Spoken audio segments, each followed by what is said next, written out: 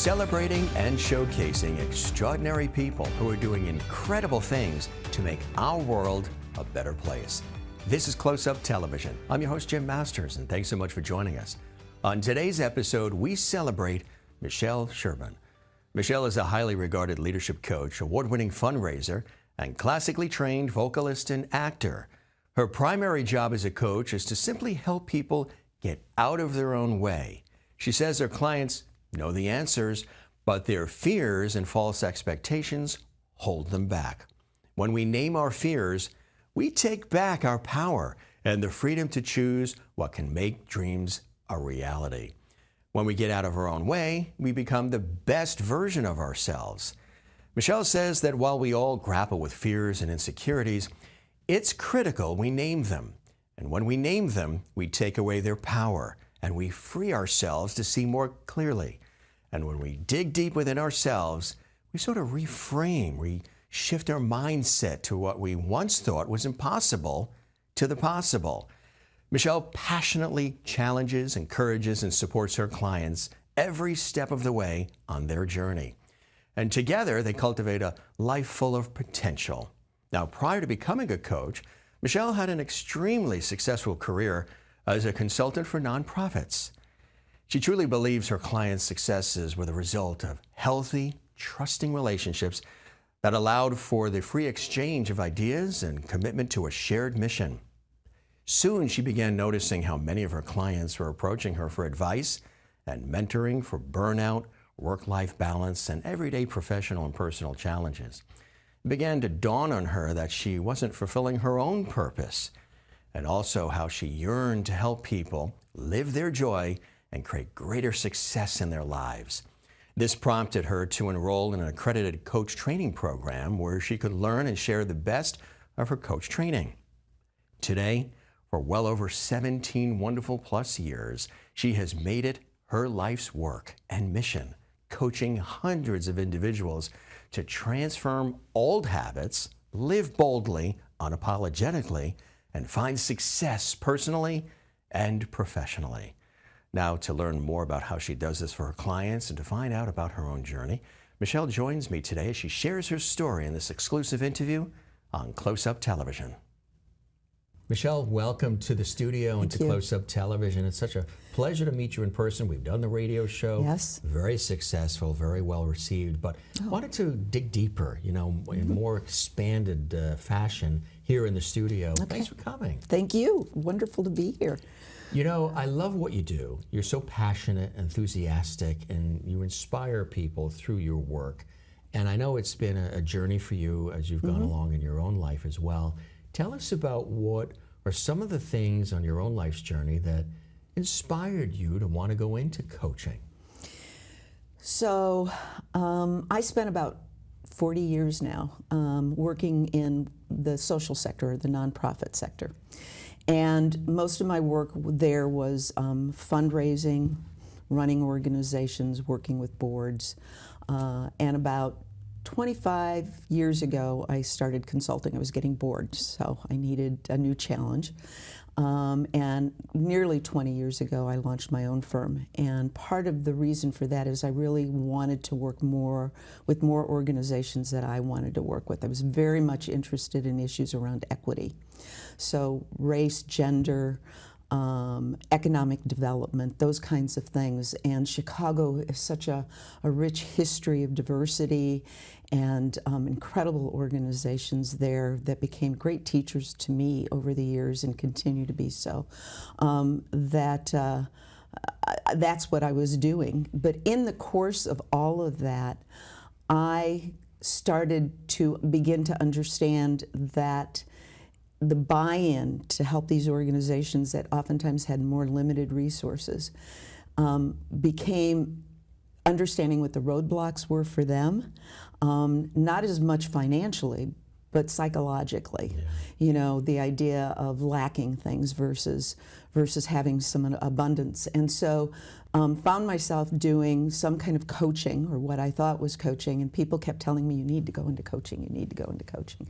So finally, after the third person said something, I decided that, okay, I'm going to study to be a coach, Right. because I didn't want to do harm, and I was getting concerned that I might be doing some harm. So it's been almost 17 years ago now that I was certified, and it became more and more a part of the work I was doing in the sector, being a coach consultant versus leading with the consulting. And about a year or two ago, I started thinking, I really do want to just focus on this. I feel like I can have greater impact, lasting. I can help people find more comfort in their gifts and bring those to the fore.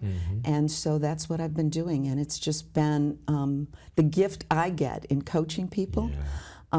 Is so many times I'm working on the same issues everyone else is. Right. I'm a work in progress. Sure. And so I find myself asking them questions, and I go, oh my gosh, why didn't I think about this for myself? Yes, that's the relatability Yes. that your clients have with you and you with them, because you've been there, done that, get it. Yes. Which makes a huge difference, right? Yes.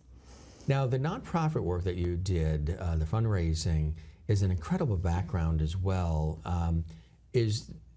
Do you pull from any of that? Was any of that advantageous in working with all kinds of people, all kinds of scenarios, that actually adds to the beauty of the work you do Yes. in coaching? Yes. So my background is in the performing arts. That's where I started. Classically trained vocalist and actor. Yeah, so long time ago. But it does come into play with everything that I do. So I spent time working, again with smaller organizations, just learning the craft of fundraising from mentors and from just really doing it and making mistakes and learning and getting better at it.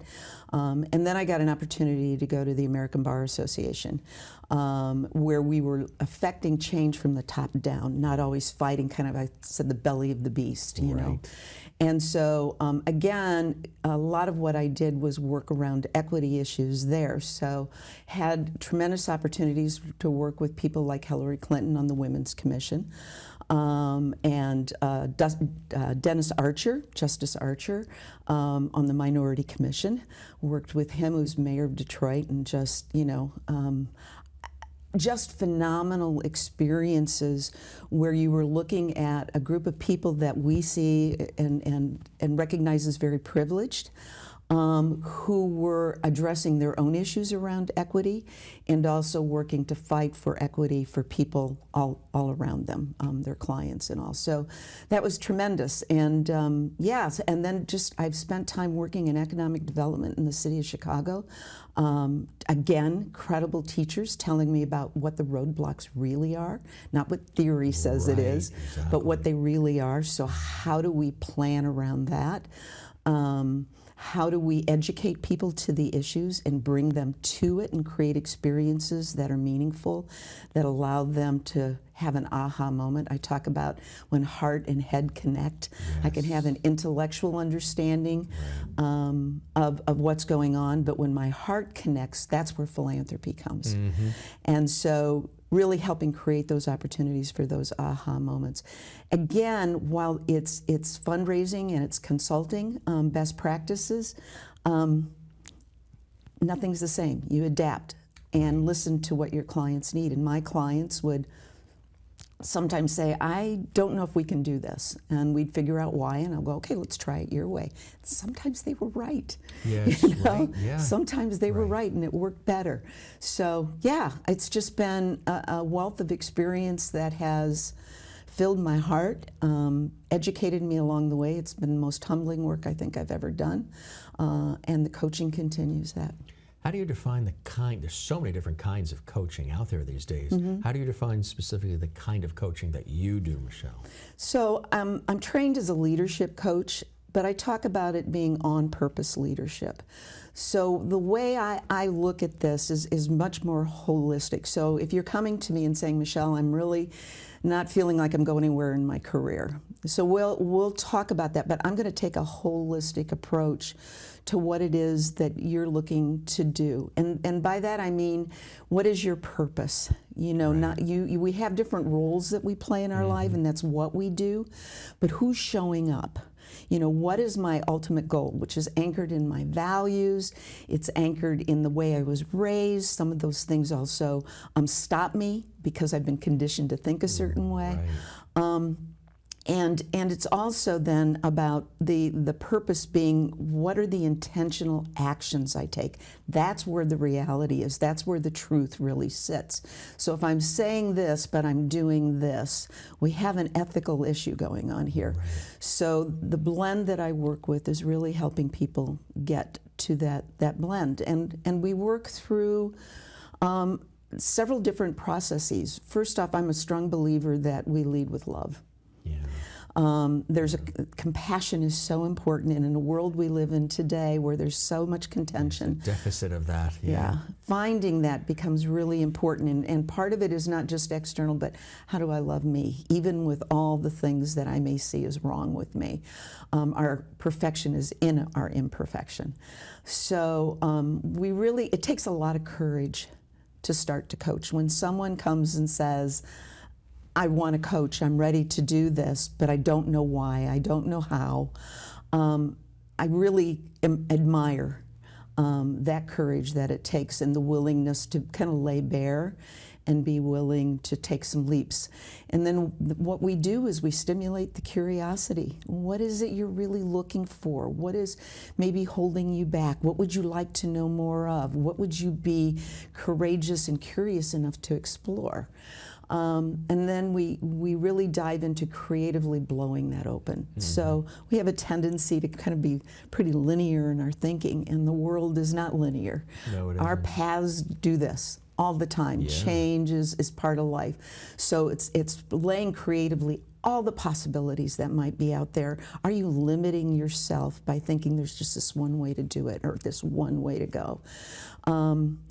And what that does is that it creates opportunities for people to connect, not only with everything that's a part of themselves, but the people around them. And my feeling is ultimately we are all community. We are all connected. And when we're not, we lose sight of that. That's where the pain is. That's where we suffer as people and as communities. Who are the clients that you work with? Is it a broad spectrum of people? Is it individuals, groups, teams, corporate America? Tell us about the clients. It's been diverse. I let my clients lead me here. It's just like, where is the need? And it's listening and not feeling like I have to completely direct. So I've done some corporate work, working with building teams within organizations, making them stronger. Those are organizations that are interested and see their employees kind of as family. They really are interested in developing skills, want people to stay for a long time, even maybe bring their relatives to work there. So I've had the opportunity to do that. Certainly one-on-one, and a lot of the work has been done over the years, sometimes with board members who have been on my client organizations, who are saying, I'm not happy in my life, and the work I'm doing on this board is making me really rethink things. So sometimes that happens. A lot of my work still is in the nonprofit sector, really working with leaders of all ages, and I love putting groups together. I have groups that I've started in the last couple of years called Sister Wisdom, and those are women coming together who are really craving opportunities to talk to other women. They are just laying bare the things that they want and learning from each other. My first group has been together for 5 years. That's terrific. Yeah, so, and just started some groups with some consultants, nonprofit consultants. So it's a little of everything. The groups really excite me though, because it's just the energy that's there. But the one-on-one is very humbling work. So I can imagine. Yeah. You know, there's coaching and there's therapy. Right. And sometimes some of those worlds intersect, but there are unique differences. Tell us about that. Yeah, and it's a good question. There have been times when I've had a client that I've referred back for therapy. There could be a deep-seated trauma, something that is coming up that is such a tremendous roadblock that, you know, I'm not qualified. And so really, and I have groups of people that I can refer them to. The primary difference between therapy and coaching is coaching looks forward. Mm-hmm. So we may address something that's holding you back. It's a deep-seated roadblock or something like that. But it's always moving forward. We're always looking for where do you want to go, not where have you been. Right. And sometimes we have to let go of the been, where I've been. And that's okay as long as we can move beyond whatever it is. And it could be that there's an assumption I'm making. There's a belief that I was raised with in my family that just doesn't fit anymore, but I don't know why. And so we address that. We name it. We name our fears, which takes all their power away. Right. And then we start moving forward. Okay, that's where the courage is. It's what do I have the courage to let go of? Right. You know, that no longer serves me. And sometimes experiences or age does that to us. It's just like, I can't do this anymore. It doesn't feel right. It hurts. I don't have the energy for it. What are some of the things you hear people struggling with these days? I mean, we've had so many things going on in our world that have affected us and in our own communities and our own lives. The world has been, you know, flipped upside down in many different respects. Yeah. What are some of the things people are struggling with and concerned about and coming to you for guidance on? Burnout still remains big.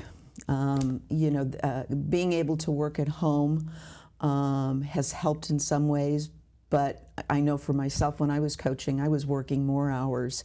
It was one Zoom call after another. Oh, yeah. And there wasn't time between when I was driving to a client where I could have time to process. Right. So there's a lot of that. Women are still carrying a big burden at home, more so than men, but many men have also stepped up, so I don't want to make that a blanket statement.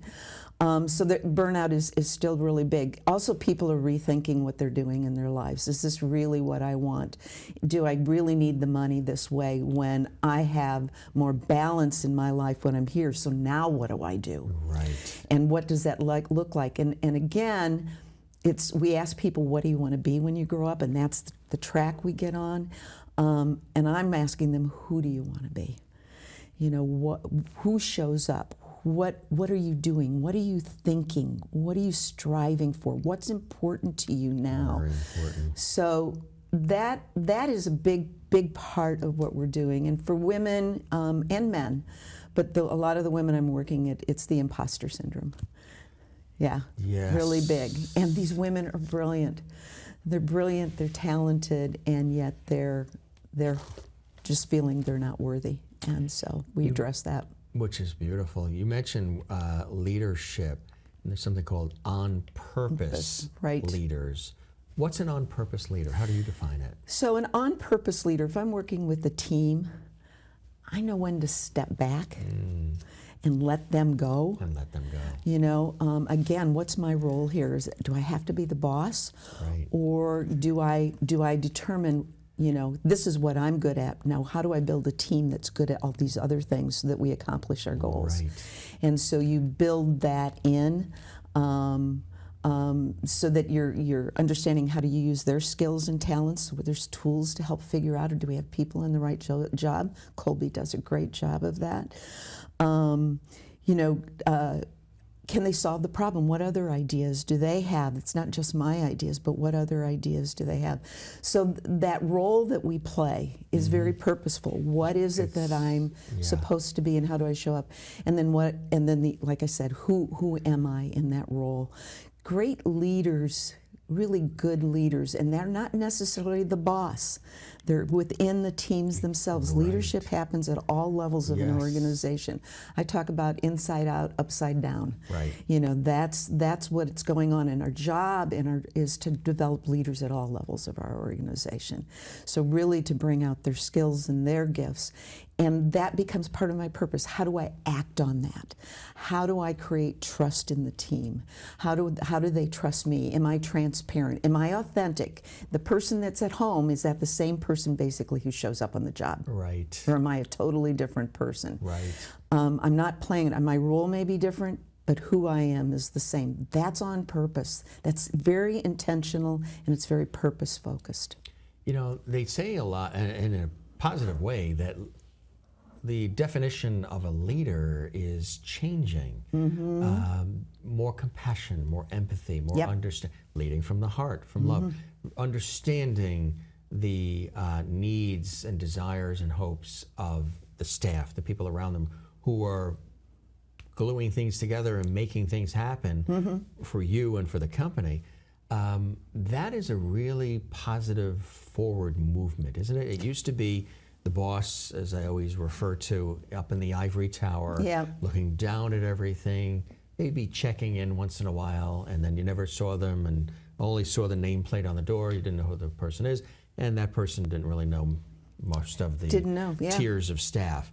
But that's changing, rolling up the sleeves, being more visible, being more empathetic. That means you got to get to know your team. Right, and it's positive, right? Because if the team feels valued and appreciated and understood, they're going to give 110%. Right. So it is, you know, hospitals started doing this a while ago. I think Suter is his name, but they talked about rounding, that the leadership team would round. So you'd be talking to the janitorial staff and the nursing staff and everyone, and you'd know about what's going on in their lives. It's the same thing. I need to know the people who I'm working with. You know, we all have complicated lives outside the office. How do I create some space? If someone's really struggling with something, how can the team support them? Doesn't mean the work isn't getting done, but life happens.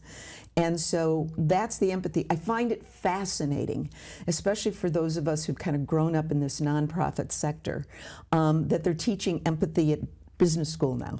That's something. And you read articles about empathy, which is wonderful. I'm ecstatic that it's happening. Emotional intelligence. Yes, yes.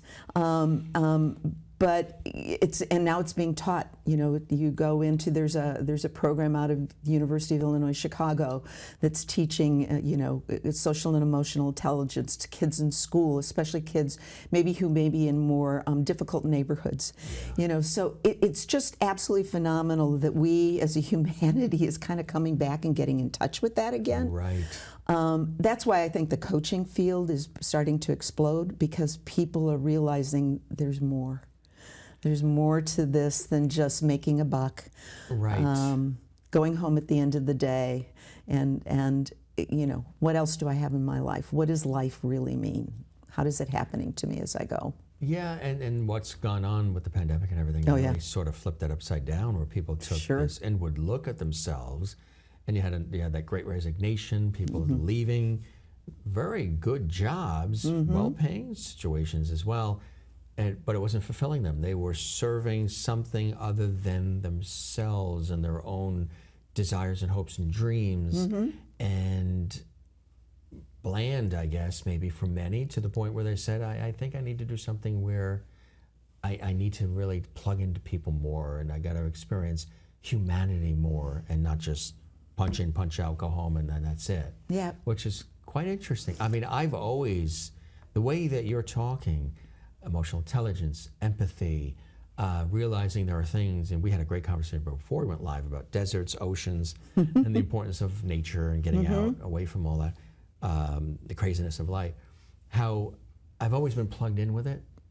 So I think it's fantastic that they're like teaching empathy and emotional intelligence and understanding that there is a humanity aspect to life that shouldn't be secondary to just the profit. Novel way of thinking, isn't it? It doesn't last long. It's just a wave that sort of then, and the earth doesn't want to really operate that way anyway, and gives you reminders to shape up. That's as it has speaking been. back pretty loud, loudly, It's really a cool thing, and it's very essential, right, to be plugged into all of this. And this situation that we went through the last couple of years really was a wake-up call in many areas of life. Yeah, people keep saying, well, what's normal?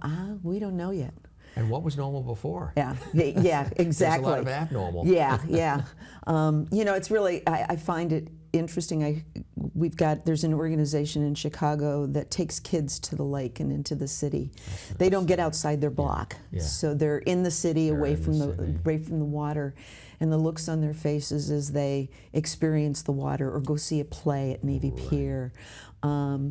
The opportunities to do something like that expand their worlds. It is important. And but yeah, our indigenous people have always been in touch with that. Yeah. The indigenous people have always looked to nature as a way. They also there's a lot of American Indians do not use the word hope. They look at, this is our community. We work together. This is it. Yeah. Now. Yeah. This is now. Yeah. And you live in the moment. So very, very different for Western culture. Very Absolutely. different. Yeah. Absolutely. So Michelle, you know, talking about leadership, what do we all need to know to be a good and effective leader? So I think it's questions. It's figuring out what the questions are that I may be not asking, being afraid to ask. So in the process of leadership, am I enlarging myself? Right. Or am I diminishing me? Or am I enlarging others, or am I diminishing them? That's really one of the big questions. And in the reality, great leaders expand other people's opportunities. It's more outward from them. It's, again, if we're leading with love, you say something nasty to me, hard to do, but I don't have to respond to it. Right. I can just take it in. You're having a bad day. You're afraid of something. It's not about me. Right. You're It's in pain. your situation, right? Yeah. So it's the idea of asking those questions. You know, am I enlarging myself or am I enlarging you? Are there times, I imagine, where leaders won't do that because of fear that they'll either be found out, or maybe that if they train and sort of upgrade the staff, they'll be replaced themselves by somebody that they just lifted up, so they won't emphasize that. So you're living your life in fear. Right. You know, and if that happens, is that where you really want to be anyway? Exactly. You know, right. if you're open to and leading in a certain way, then maybe you belong in a different place. Exactly right. You know, that values what you bring to the table. And vulnerability is very much a part of being a leader. You know, I love leaders when I'm working with them and they'll say to one of their employees, you know, I never looked at it that way. I really appreciate you doing this, or, you know, I was wrong about this. That vulnerability is just so powerful, and it gives space for everyone else to breathe. Right. You know, that mistakes are okay. Taking risk is okay. That's where we get to learn. And admitting where you've been wrong is a learning opportunity, and it opens the door for others. Exactly. Very right. powerful. How do you describe, you know, we talked about the various kinds of coaching out there and what you do specifically, but how do you define your approach, your personal approach in dealing with your clients? Well, non-judgment. I don't get to judge anything. Perfect. You know, That's so a great way to do it. Yeah. I'm not here to say you're right or wrong or go, I can't believe you're doing that. My job is to listen, ask questions. So many times, you know, if you listen to people, the throwaway responses, that's the gem. Yeah, it's right, exactly. And so it's going back and capturing that. So it's listening very, very deeply to what they're saying, watching their body. I was on a call the other day, and I saw someone just exhaling a lot. She was sighing a lot, and I asked her about it, and she said, no, I'm okay. I'm just eager to get started. Just want to get going. I'm just eager to get started. So it's really listening. I don't get in the box with you. I'm going to, you know, you're going to be there. I'm going to try and help you knock down the walls on that box. And because they need to participate, they need to take responsibility, they need to, you can't hold their hand and do it for them. Right, and knock down the things that are holding them back. Right. You know, really it's about how do we just live our lives without all these walls that we have built around ourselves. Doing that in itself is absolutely freeing. When someone identifies a wall they can break down, It's liberating. the look on their face, they breathe. Now they're living their life. I'll tell you a story. I have my coach too. So Coaches have coaches. I have my coach. Absolutely, yes. And she's brilliant. And I was in a conversation with her one day. I was going through a really tough time, in part with family. And she asked me a question, and I'm really good, with my background in talking around the issue, okay? I was doing You too? improv. Yeah, I was doing improv. That's part of our training Yeah, as performers. I was talking around the issue, and I thought I did a really good job. Exactly. Let me ask about you. Yeah. And she said to me, "That's not what I asked." Right. Oh. Yeah, that one there stops you. Yeah, and it was like, whoa, she got me. Yeah. And so I took a breath, and I answered the question, which I'd been holding back on. It was one of those walls, and I answered it, and all of a sudden it felt like all these chains I'd been carrying around all these years just free as a bird. Yeah. fell off. I hung up the phone after thanking her and did the happy dance in my office. It was like, oh my God, so we need to get out of our own heads, and it's hard to do. A coach just gives you the space and holds you accountable. They're not going to let you get away with the games we play with ourselves. You're there for a reason, and that's the courage it takes, and that's the curiosity it takes, and the creativity and that connection you make. It's a special bond, and it's a special gift that we share back and forth with the client, and there's nothing like it. The inner critical voice can be very powerful and can really dominate sometimes as It's the well. imposter syndrome, yeah. Why do we listen to it and bank on that so much?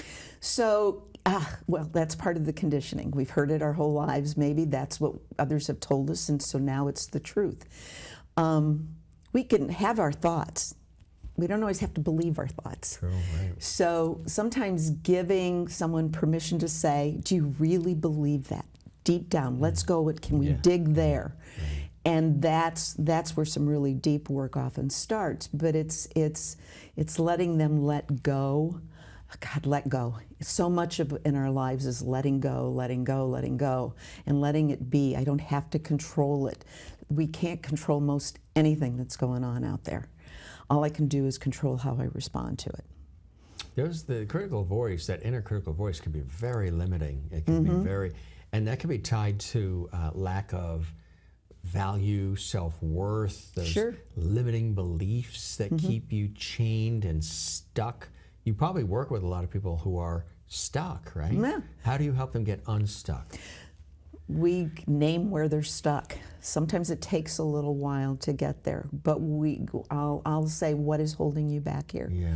What's the feeling? Where are you feeling it in your body? Our bodies express. Lots of times we feel it in our body. Those are warning signs. Yeah. The other thing is, lots of times if we can't get beyond the thought, I ask them to give me the opposite. So let's reframe everything here. Right.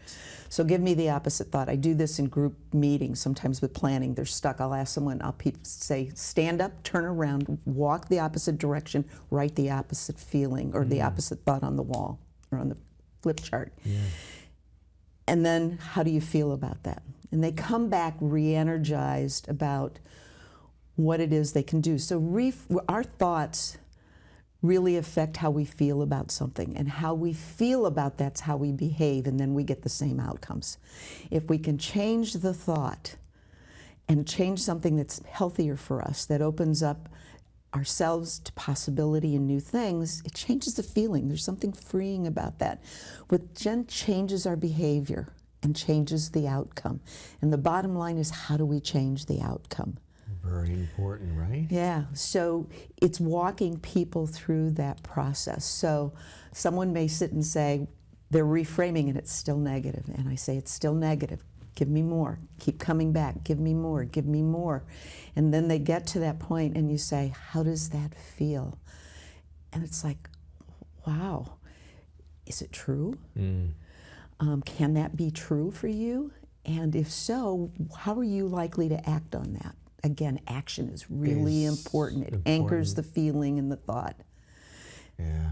Yeah. That's incredible, really. Yeah. It's like a transformation that happens before your eyes. There's so much great work going on in brain research now that it's really changing the neural pathways. I look at, our conditioned thinking is we're walking through the jungle, or you walk a path if you're a hiker, and you've got a path you follow all the time, and you know it, and that's exactly where our head goes. Right. Whenever we're exposed, we're triggered to do that. Yeah, it's like a comfort zone. Yeah, it's what we know. It's just what we know. And so part of the changing and reframing the way we think is, how do we create a new pathway? So I got to get my machete out, and I'm going to have to start hacking away at bushes, and I'm going to have to do it for a period of time. Carve a new road. Yeah. And now I train my brain to go this way, not that way. And that's so much of what coaching is about. It's like, Jim, we all have choices. We forget we're making choices every day. And the choices we make so many times don't serve us well, and we don't even think about it. So most of what's happening in our lives are the choices we've made. Don't like it, change the choice. That's it, yeah. And sometimes that may be scary for some. And it is. People are like, I'm not used to that. Yeah. But it's a great thing. How do you work with people who are fearful and resistant to change? They fear change. They know they need it, but they fear it. There are times when people come into coaching that you can't, it's maybe one or two instances where I can't coach them out of it. They're just not going to let go. And that's, again, could very well be tied to something much more traumatic. Yeah. But it takes time. You've built a lifetime behaving this way. As a child, this is what you learned, and it's become, this is our pattern. Yeah. This whole thing is about breaking the pattern. And so it takes time, and you don't do all of them at once. What is coming up for the client? I don't lead that. What's coming up for the client? Where is the greatest pain? Where are you seeing emotion? I've had probably some of the most fascinating and wonderful things to watch when I've been in a meeting with a client, and we've been coaching and things are really moving forward, but they have an idea of where they want to go, but they don't know how to get there. Yeah. And sometimes they can't even tell you what it is or what it looks like. I have them close their eyes. I said, I want you to engage every sense. You're touching, you're smelling, you're seeing. Close your eyes. We take them through a brief meditation. What do you see? Who are you here? And so many times they have the answer that they've never been able to say. And they come out of it crying. Really? Because they'll say, I never saw this before. I've never said this out loud. I had no idea. And it's like, okay, now let's get to work. It's like a revelation. Yeah. So a lot of trust there to let that happen, and a lot of time going to building that trust, and a lot of respect back and forth. Yeah. Been doing it for a number of years. How have you seen coaching evolve in the time that you've been doing it, and what ways has it evolved? Again, I think brain research has done a lot. That really helps figure out how do I use the science as a way to attack some of these things and for the benefit of clients. There are a lot of people calling themselves coaches who come in and want to give advice, and I don't give advice. I do that as a consultant. Right. So when I'm doing consulting and coaching, lots of times I'll say, can I coach here for a moment? Would you be open to that? Because I'm seeing a roadblock. And sometimes they say no. And that's okay, fine. I'll continue consulting. Right. So very different. I'm not giving you advice. I'm helping you find your way. I'm your servant, and you're leading me, and we're right next to each other. I got your hand, or I got your back. Right. You're going to be okay, and we just keep moving forward. But so there's more and more of that going on, and I think more people are seeking it out. Yes. Because the pain is so great. You're seeing a lot of pain? Mm-hmm. A lot of pain. A lot of suffering. We create our own suffering. Yeah. But there is a victim mentality that's rampant right now, right? Yeah. Where they did it. It's because of that and that and this and this. And they don't look in the mirror and say, some of it might be the way you're handling things, or what you're doing, or the choices you've made. Choices you've made. Yeah, when we're placing blame, it's usually about us. So when you hear the rhetoric we hear today, no matter what side it is. I'm not going to, just overall life experience. Life experiences when, someone may be caring for an aging parent, and so they're there and they're caring for that person, and yet they, oh, woe is me about, and play the victim role too. So coaching someone to, how do we move beyond the victim? This is a choice you made. How can you be comfortable with that? Where can you get help? Those kinds of things. Yeah. And as the population ages, we're seeing that popping up even more. Yeah, absolutely right. Yeah. Now, we talked about some of the unique blending and differences of coaching and therapy. You brought up a little bit about how you can pivot between coaching and consulting. Tell us the difference and uniqueness of coaching and consulting and the differences. Yeah, so when I go in, so a lot of the work I do in consulting now is helping organizations raise their capacity to raise more dollars. So some of that's about their mission, how they're talking about their mission. Lots of times I'll ask the question, which is really an interesting response that I get, is if you were starting your organization today, would you do the same thing? And so many times the answer is no. But it is so hard to pivot, especially when you are looking at not having the assets to do it or the resources to do it. So the coaching comes in, it's like, okay, you don't have to turn the boat all at once, but how might we start to shift some of the things you're doing? And sometimes in strategic planning, we jettison a program and send it off to someone else who can do it just as well or better. Right. Sometimes getting smaller and focusing more is a way to do it. Sometimes having the courage to say, we're really not on the right track. There's a lot of people who aren't feeling there's enough change happening in the sector or in the world right now. And I don't just necessarily disagree with that. So, doing the same old thing the same way and getting the same results, isn't really going to help us. So as part of the philanthropy piece, those development officers, fundraising officers who sit in organizations sit kind of on a pivot point. They lean a little bit towards their donors, who are really the people who they're listening to and what their perspectives and what they're hearing from the outside world, and they bring that back to the organization. By doing that, there's an element of disruption and kind of needling an organization that can go on. It doesn't mean we betray the mission or anything, but we're leaning towards that donor and the advice we get. Lots of times when I'm out talking to donors on behalf of an organization, we get the language, the lexicon that allows us to reframe and talk about our organization in some very different ways that is meaningful to the general population. And that becomes really, really important. So I end up coaching more in that. I'm asking questions and listening, and I'm saying, this is what I'm hearing. How does this feel? How might this fit into the organization? The consulting then comes the tactics. How do we do it? What's the strategy behind this? And how do we get it going? What are the roadblocks? Where do we need additional input? So those are the two, and that's gotten to be pretty comfortable for me over the years. So, as we mentioned, leadership is a big focus of your work. Right. What is it about leadership that, excites you, and why is that so much of the focus of your work? And there's leaders out there today that you find really good and effective? Yeah. My way of working, I'm a disruptor. I'm an innovator. That's where my head goes. And when I have been on teams or working with teams, I hire all kinds of people who are great at the details, who will punch holes in my ideas, that kind of thing. So the coaching and the consulting just feels natural for me.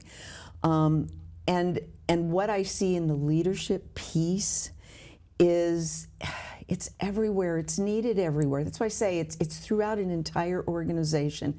You see in a family the clown who finds a way to distract or to create things. You find the serious person who's going to think through strategically how they're going to do it. We come to our leadership with different skill sets. And the joy in this is figuring out, what are my unique skill sets? How do I apply them, whether it's in my personal life or in my work life, and then lead from that place. So it's not just my mindset, but what skill sets am I born with? We marry those two things together and you've got sparks flying. It's just wonderful. So if you've worked on a team, and if you're lucky, you may have a couple of them in your life. I've worked on teams where we've had that kind of a mix. Yeah. And oh my God, it's so much fun. Yeah. Work is fun. Right. You know, I'll throw out an idea. Someone laughs at it. Right. And then someone else goes, yeah, but you know, maybe this piece is good. And so then we start building on some things. Leadership happens at all levels of organization if we let it and if we nurture it. And that's where change comes. That's where change comes. That's where success comes. That's where joy comes. Joy is important. The respect for each other, the idea of having fun with it, you know, finding a balance between the work and enjoying the people I work with. Very important. All that stuff is really good. It brings out the best in all of us. So does also living authentically, Yes, right? Isn't yes. that important? And it can really make a world of difference, you know, when people do. How do you define, and again, it's a phrase a lot of people have probably heard used a lot in society. How do you define what living authentically is, and why is it important to do that? So I look at it as purpose. What is my purpose? Purpose, yeah. You know, it's beyond me. So if my purpose is beyond me, if it's tied to those around me, that idea of connection, which is really important, then who shows up? And who shows up on a regular basis, that there's consistency there, that people can count on it. You know, have you ever been in a conversation with someone and then all of a sudden you trigger something and they go crazy and you look at them like, this is so out of character? Yeah. That's pretty authentic. You've just triggered something that's deep-seated there. Yeah. So, you know, our vulnerability, our imperfections are what make us so interesting and so perfect. And the fact that we're always trying to improve on those and understand them and build them, that's authenticity. Authenticity doesn't bring you to this point and then it's done. Right. It's always evolving. It's always changing. It's the idea of growing and becoming more aware of the world around me, listening differently. Exactly. You know, it's like I said, when I started coaching, I had 3 people come to me within a short period of time and say, you know, you ought to be coaching. And it was like, oh, okay, I'm finally hearing it. Yes, I'll stop. But that authenticity is so real, and it's effortless energy to be there, so you can focus on the important things in your life. How does having a performance background as a classically trained vocalist and an actress help with the delivery, the presentation of what you're trying to get across?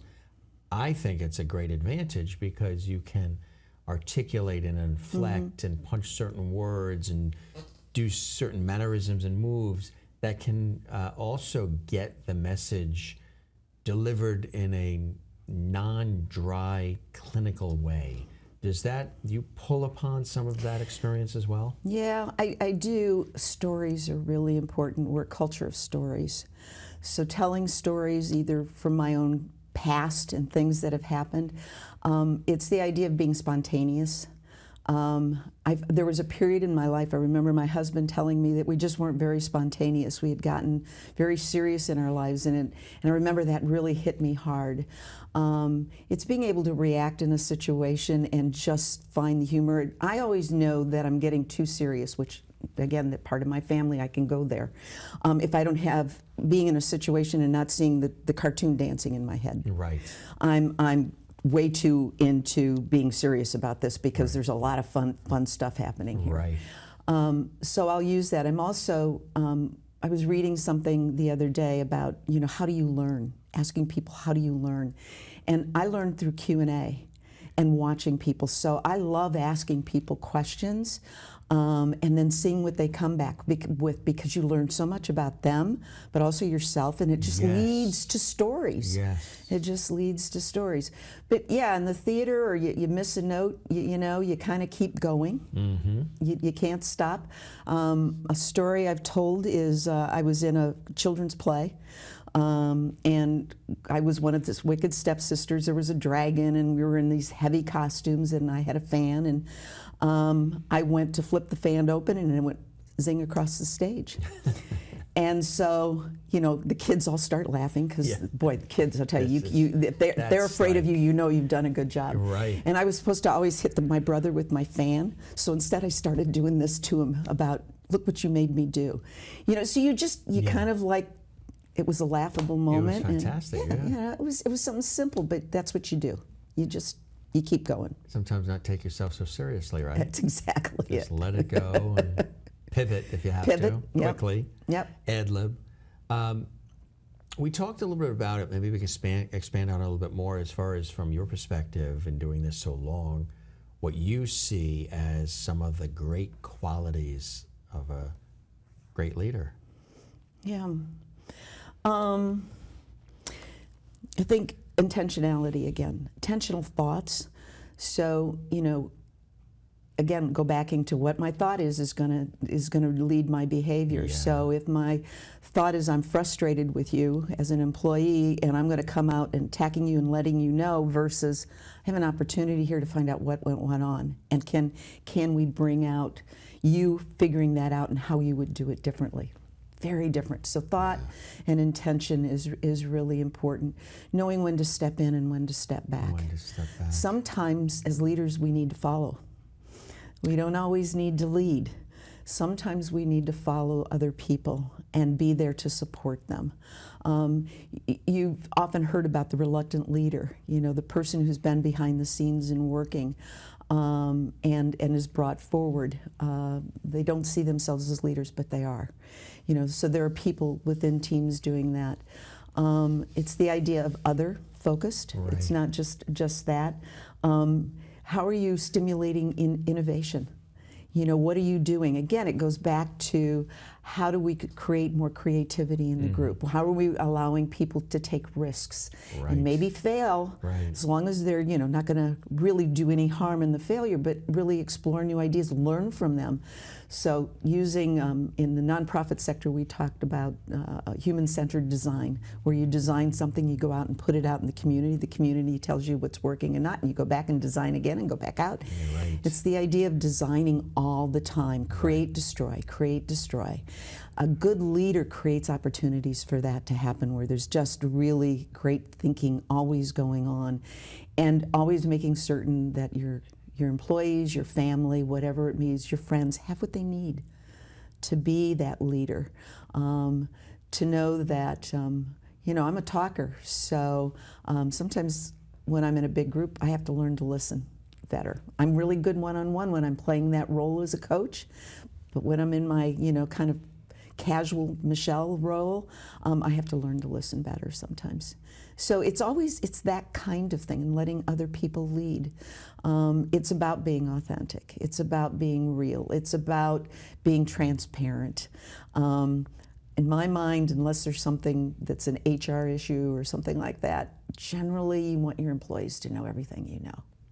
Right, exactly, which is really important. Yeah. Because then they can deal with it. They can manage around it. They may have ideas.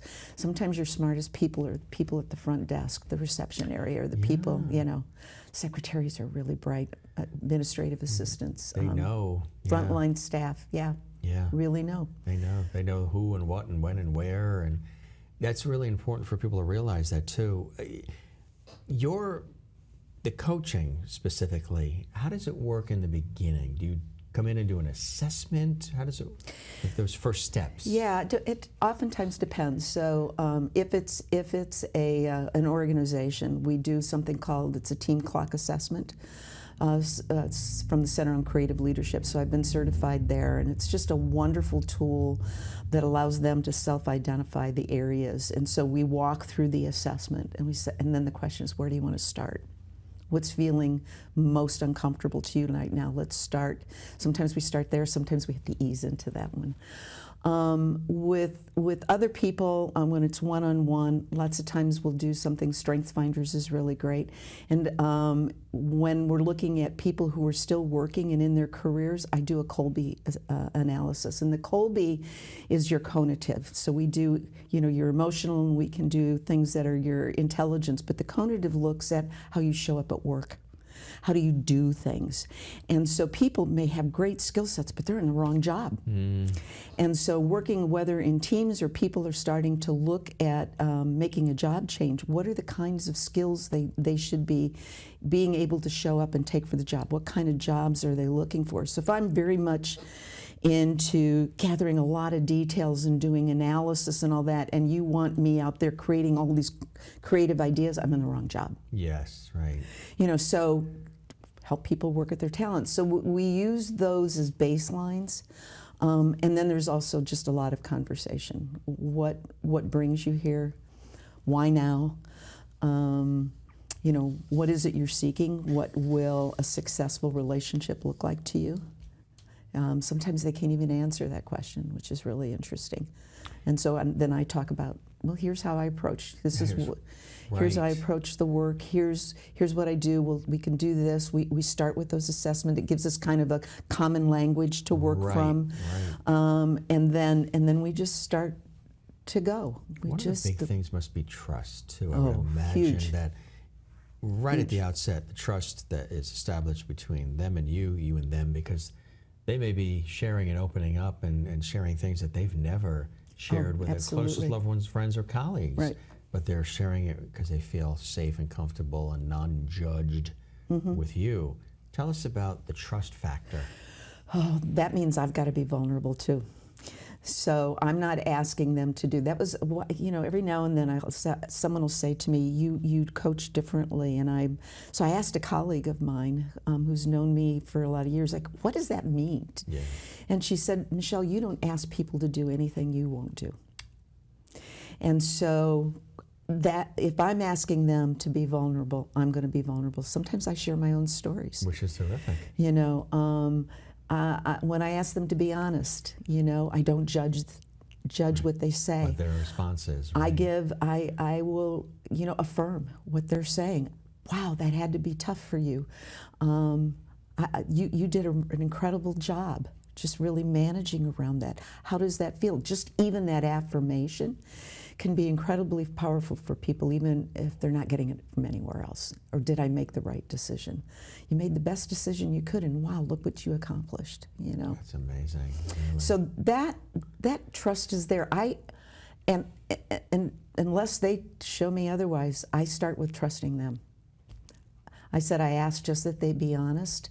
We'll figure out our dance, the rhythm. It's going to go just by working with each other, but you're going to lead. Which is so I'm following you.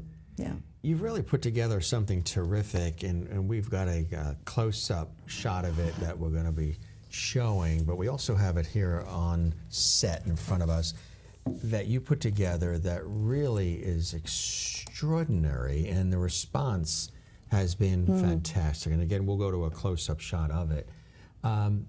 Ignite the best in you. Tell us about what all of this is and the progression of it.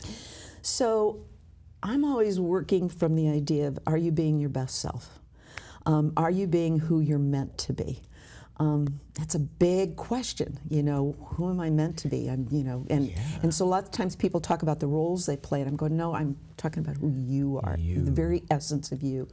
So what we do is there are 4 kind of anchors here. We lead with love. In other words, love means I'm not judging. I'm giving you the space. I know my purpose. I'm defining it. I'm giving words and voice to it, which is important.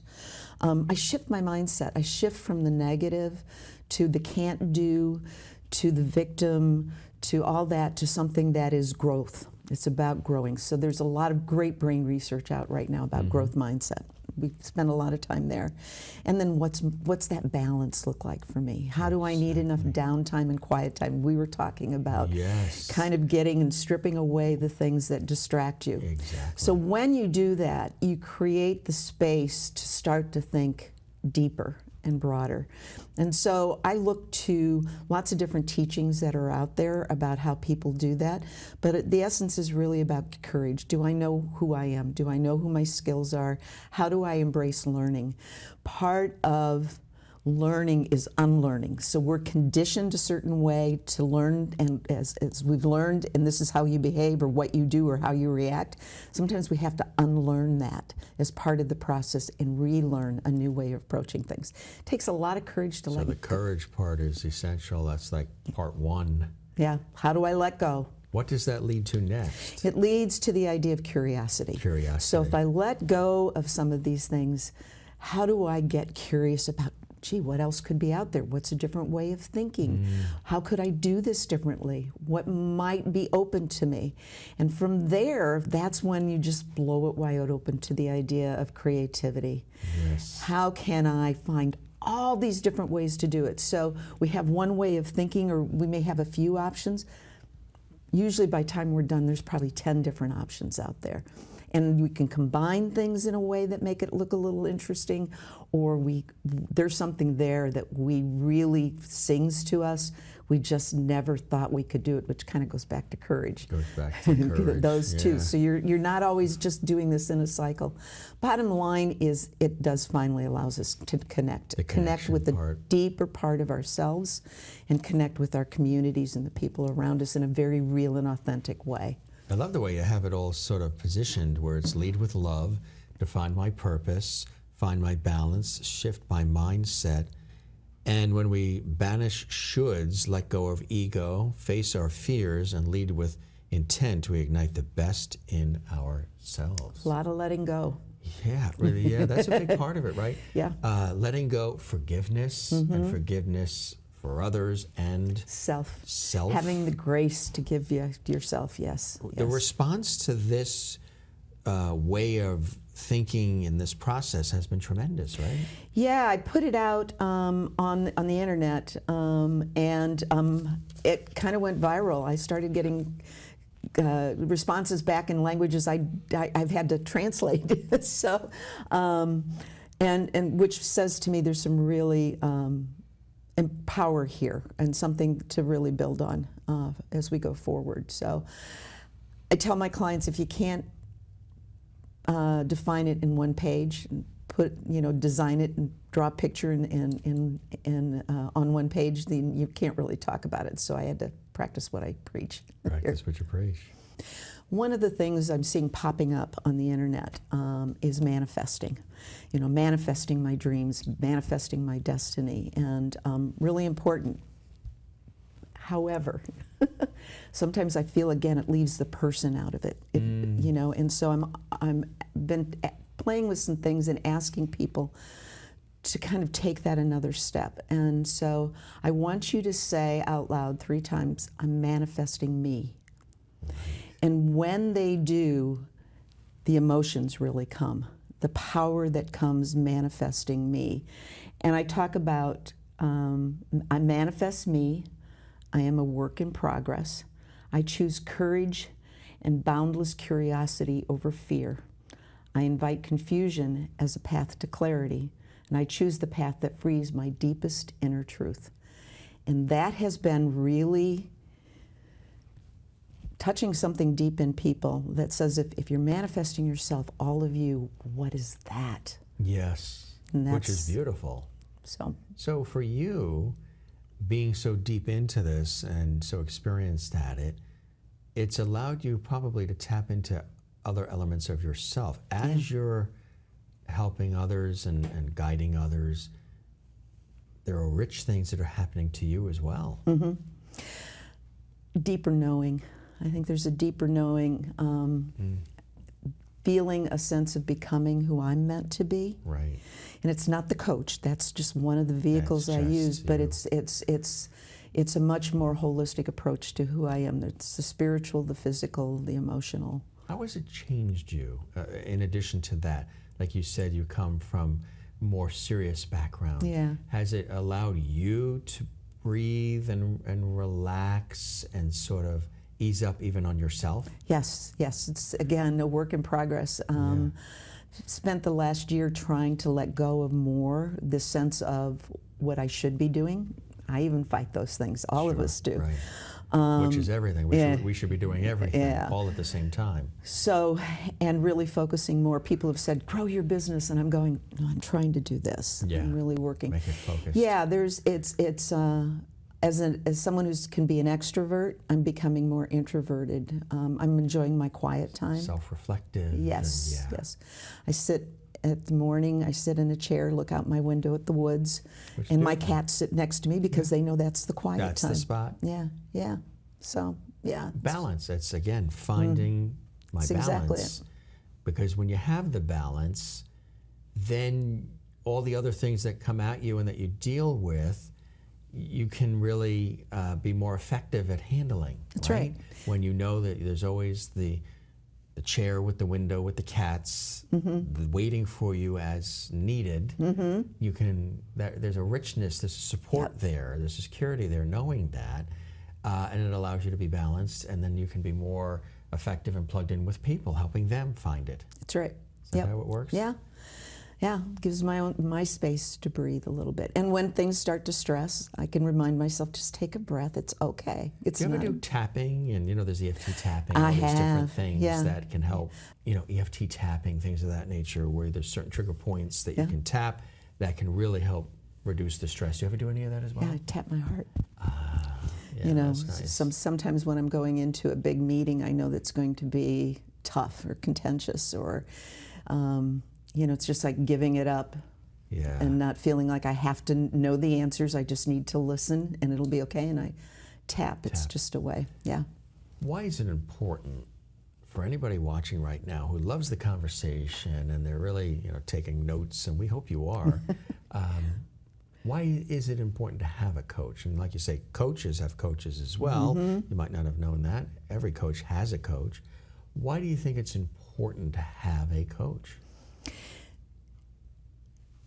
A couple things. One, we all get stuck sometimes, and we just kind of need to don't know why, just need to want to be able to move forward.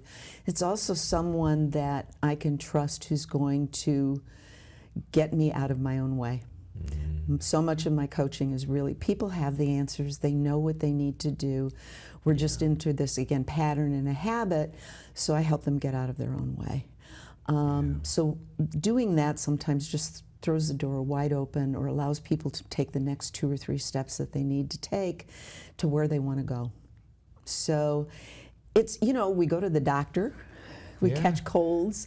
Right. We bring our car in for servicing. Yeah. Why don't we take care of just our mental and spiritual selves in a way that makes some sense? Fortunately, the stigma is starting to kind of ease a little bit around that. Right. Coaching is probably an easier way to start to tap into that. But I have never met anyone I know who has their coach who hasn't found the value in it. And I know it's the same for me. Why do you love doing this work so much, Michelle? I get to hear and meet people who are changing their lives. Yeah. I mean, they let me in. What a gift, to be able to experience that with someone, and for that to be shared so honestly. I learn. I learn all the time from my clients. Right. They teach me so much, and I've been lucky to have that through my whole career. So that's not going to stop. I just, stories. They're just amazing. What would you say to somebody watching right now who maybe is in that stuck place, the fearful place, the I don't know what to do next place, and they're struggling a little bit? What would you say to them to encourage them to invest in themselves, which I always say, with all the investments you can make in life, it's one of the greatest investments you can make is the one that's in you. Right. Trust yourself. Just really trust how you're feeling. Don't feel like you're being weak or whatever those feelings are that are coming. There's a fear of, what am I going to find out? Just think what you're going to be able to do. So trust yourself. Don't let anyone tell you otherwise. That's their fears getting in the way. So, yeah. It's beautiful. You're in a sweet spot, aren't you? I am. I'm very lucky. I'm very, very lucky. Yeah. Anything exciting coming up that you're working on? Things that you're, I know you want to do speaking engagements and a lot of other types of things. I foresee maybe, hopefully, a TED Talk or is that other kind of stuff that you would like to expand upon? Yeah, and I'm also been interested in the last years, and I just started talking to someone about this the other day about writing a book. Oh, that's great. And the book is really on pivots. Yeah. So there are, all of us probably, I would say, have a story, a situation or a person who caused us to go in a different direction. We didn't realize it at the time, and it changed our lives.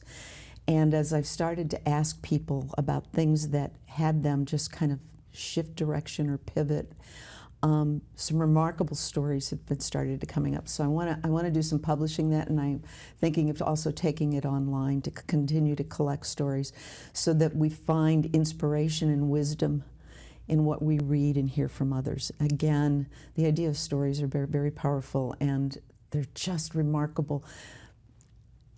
We all can help someone pivot. We all can change someone's lives. It's not just the big person at top. Right. It's really remarkable, the stories I've heard. I want to start capturing those. Keep telling the stories and sharing the stories and listening to those stories, because you're making a world of difference.